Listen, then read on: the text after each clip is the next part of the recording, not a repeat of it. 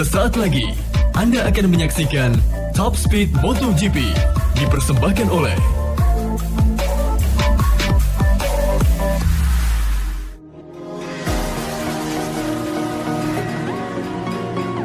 Akhirnya, pekan balapan tiba. Sebelum jumpa para rider pukul 16 sore nanti, mari jalan-jalan dulu di Prancis untuk melihat warna-warni historis. Sebagai pembukaan yang manis, kita ketemu sama cewek-cewek cantik dan dinamis.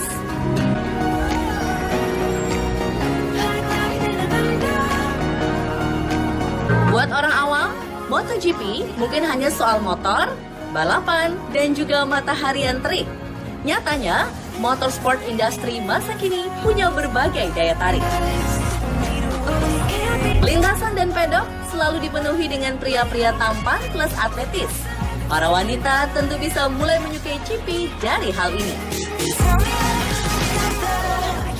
Nah, untuk lelaki, selain paddock girl, di arena GP juga berseliweran kaum hawa bertalenta yang punya deskripsi tugas berbeda-beda. Mulai dari yang tak terekam kamera, hingga disoroti semua mata.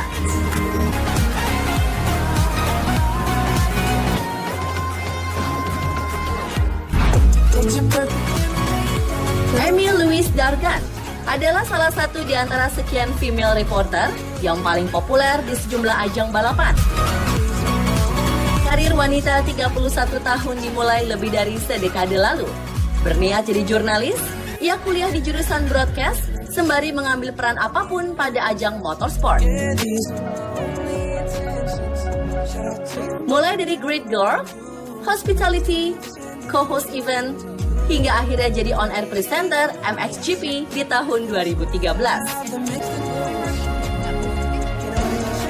Mengaku gila sepak bola sejak kecil, perempuan dengan logat British kental ini justru pernah patah kaki karena terjatuh saat jalani hobinya naik motocross dan hampir kehilangan pekerjaan karenanya. Kualitas dan totalitasnya saat jalani profesi di berbagai acara motorsport membuat Dorna terus gunakan jasanya sejak pertama kali direkrut pada tahun 2015 lalu, menggantikan Azzi Farni. Bisa dibilang saat ini ia jalani impian banyak wanita karena bisa berdekatan dengan sosok-sosok hebat di MotoGP. Emi sudah menikah tahun lalu, jadi para playboy lintasan udah nggak bisa tebar pesona lagi deh sama cewek Gemini ini.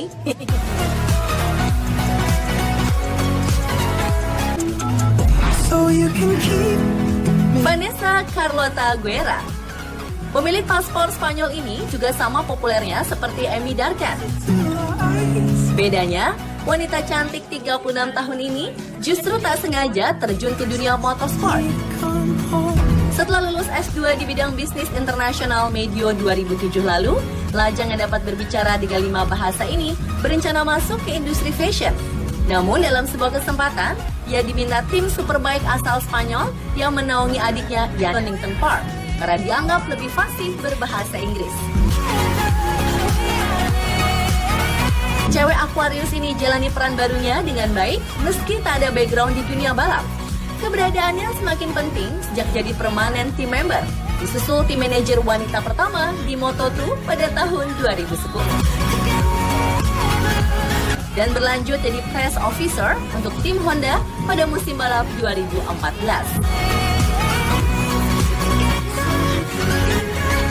Setelah makin mendalami peran jurnalistik dan jadi pit lane reporter untuk Eurosport, kini Vanessa membawakan acara Inside Pass, satunya bisa riding bareng dengan Jack Miller.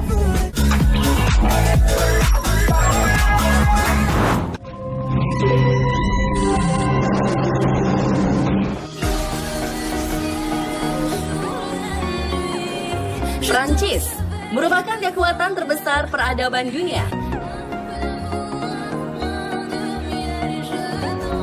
Pengaruh berakar sejak zaman besi, kemudian koloninya mulai nampak sejak abad ke-17. Menguat hingga 20 dekade selanjutnya, membentang dari benua Amerika, Afrika, hingga Asia. Jadikan kulturnya mempengaruhi budaya di berbagai belahan dunia. Punya banyak bangunan bersejarah dan jadi negara kelima dengan situs kebudayaan dunia terbanyak, Prancis lewat kota Parisnya jadi destinasi favorit semua orang. mulai era baby boomers hingga para millennials. Dengan kekuatan ekonominya, dari masa ke masa, negeri ini selalu punya pengaruh dalam berbagai perkembangan dunia. Pada ajang olahraga, Prancis juga masyhur, salah satunya lewat sepak bola.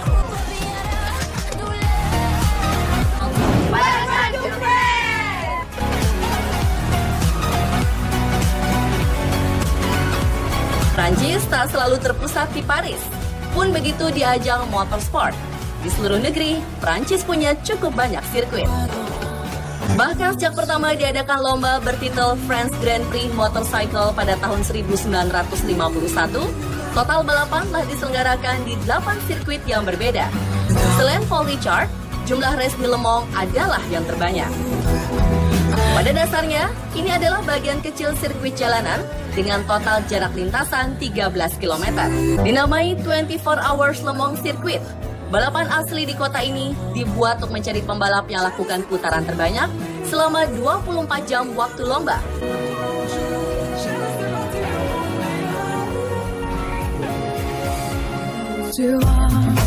Untuk ajang MotoGP, hanya bagian sirkuit modern Bugatti Le Mans saja yang dipakai. Sejak era McDuhan, Valentino Rossi, Casey Stoner, hingga Marc Marquez, tak satu pun pembalap Prancis jadi pemenang di sini. Giacomo Agostini adalah rider paling sering raih podium pertama. Disusul Jorge Lorenzo yang mewakili era MotoGP dengan 6 kali kemenangan, sekaligus perkuat dominasi orang Spanyol di sirkuit ini dalam sedekade terakhir. Kini, tanpa Marc yang cedera dan Jorge plus Pedrosa yang sudah pensiun, sisakan Maverick Viñales yang punya pengalaman taklukkan Le Mans di kelas utama.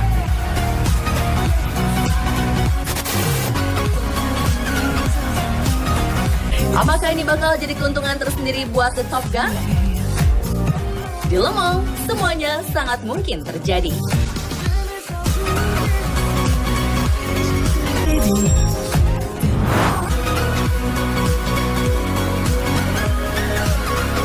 Gelaran MotoGP 2020 masuki putaran ke-9.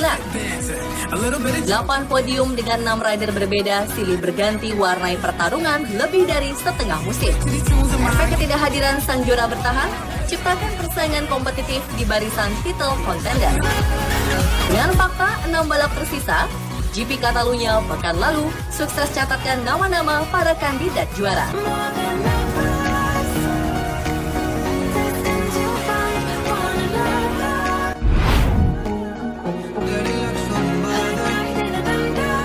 Raihan 3 kali podium dengan kemenangan utama di tiap kesempatan berhasil tenggerkan Fabio Quartararo di puncak klasemen dengan total 108 poin.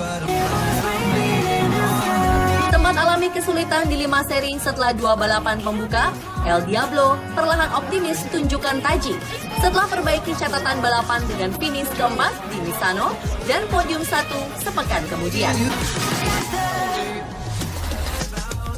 The Frenchman miliki sejumlah keunggulan di sisa 6 seri. Selain tampil di hadapan publik sendiri sore nanti, secara statistik, Fabio memiliki catatan lap lebih bagus, baik di Aragon maupun Valencia, dibandingkan kompetitor terdekatnya yang kini berjarak 8 angka, Joan Mir.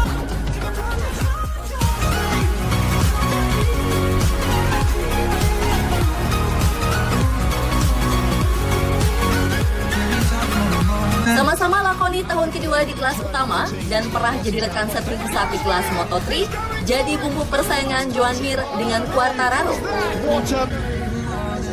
Meski belum pernah sentuh podium utama, Mir merupakan pembalap paling konsisten dalam mengumpulkan poin di 7 seri terakhir.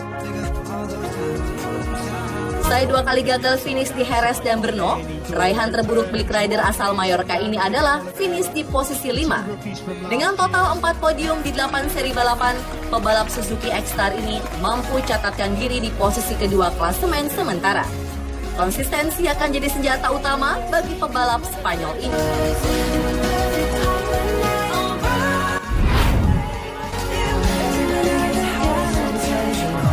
Persaingan kontender tidak akan jadi panggung duel Quartararo dan Mir saja.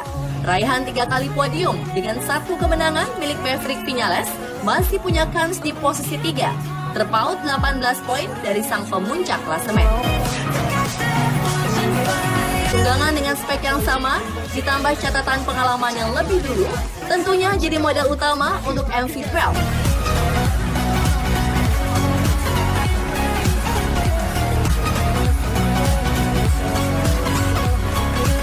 Catatkan nama di baris keempat klasemen sementara, Andrea Dovizioso hanya mampu raih 84 poin kemenangan setelah gagal finish 2 pekan lalu.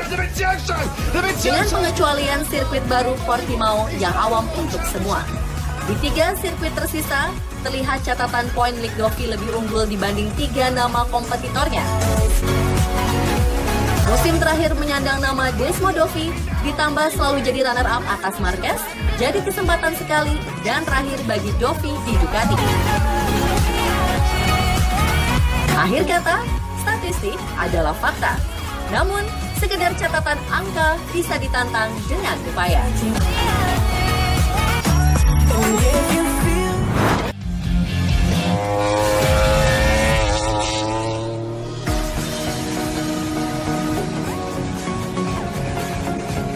Sajian soal Valentino Rossi liveries berlanjut pekan ini. Yes, 26 tahun mengaspal, tentu sangat banyak warna yang punya cerita spesial. So, langsung saja kita nikmati The Doctor's Color Part 2.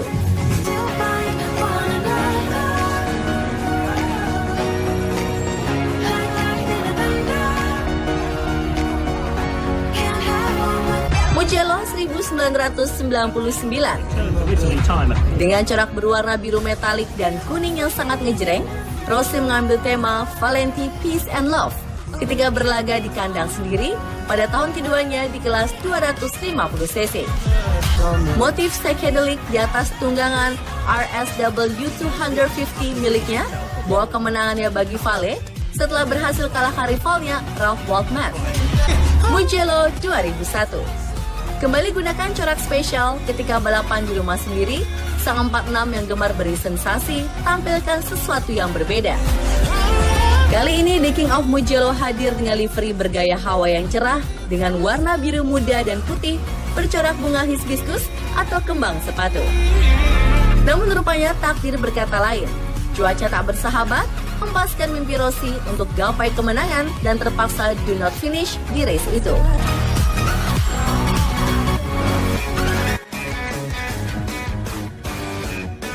Phillip Island 2007. Di sirkuit yang jadi salah satu favoritnya, The Doctor tampil dengan motif clear putih kotak merah di bagian depan, strip merah di fairing samping, serta ikon kalajengking khas Arbat. Sponsornya kala itu.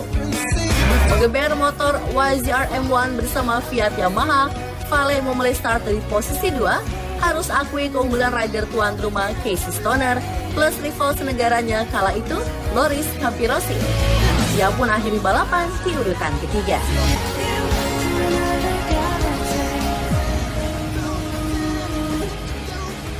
Catalunya 2008. Tak hanya sebagai rider motor terkenal, Rossi juga merupakan penggemar berat sepak bola. Berbagai bentuk dukungan pun ia sampaikan untuk memberi semangat bagi timnas Italia. Salah satunya dengan menggunakan livery khas jersey Azzurri yang berlaga pada Piala Eropa 2008. Berada di posisi 9 ketika start, pria kelahiran Urbino ini harus puas raih podium kedua karena tak bisa melewati The Little Samurai Dani Pedrosa. Winter Test 2013. Tak cuma ketika balapan, desain corak motor YZR M1 milik Vale pada tes musim dingin di tahun 2013 ini cukup mencuri perhatian. Tampilan bodinya terlihat elegan dengan dominasi warna abu-abu dan hitam, serta sentuhan kuning yang jadi ciri khasnya. Livery ini ia dedikasikan sebagai momen penanda kembalinya Rossi bersama tim Yamaha setelah 2 musim sebelumnya berada di Ducati.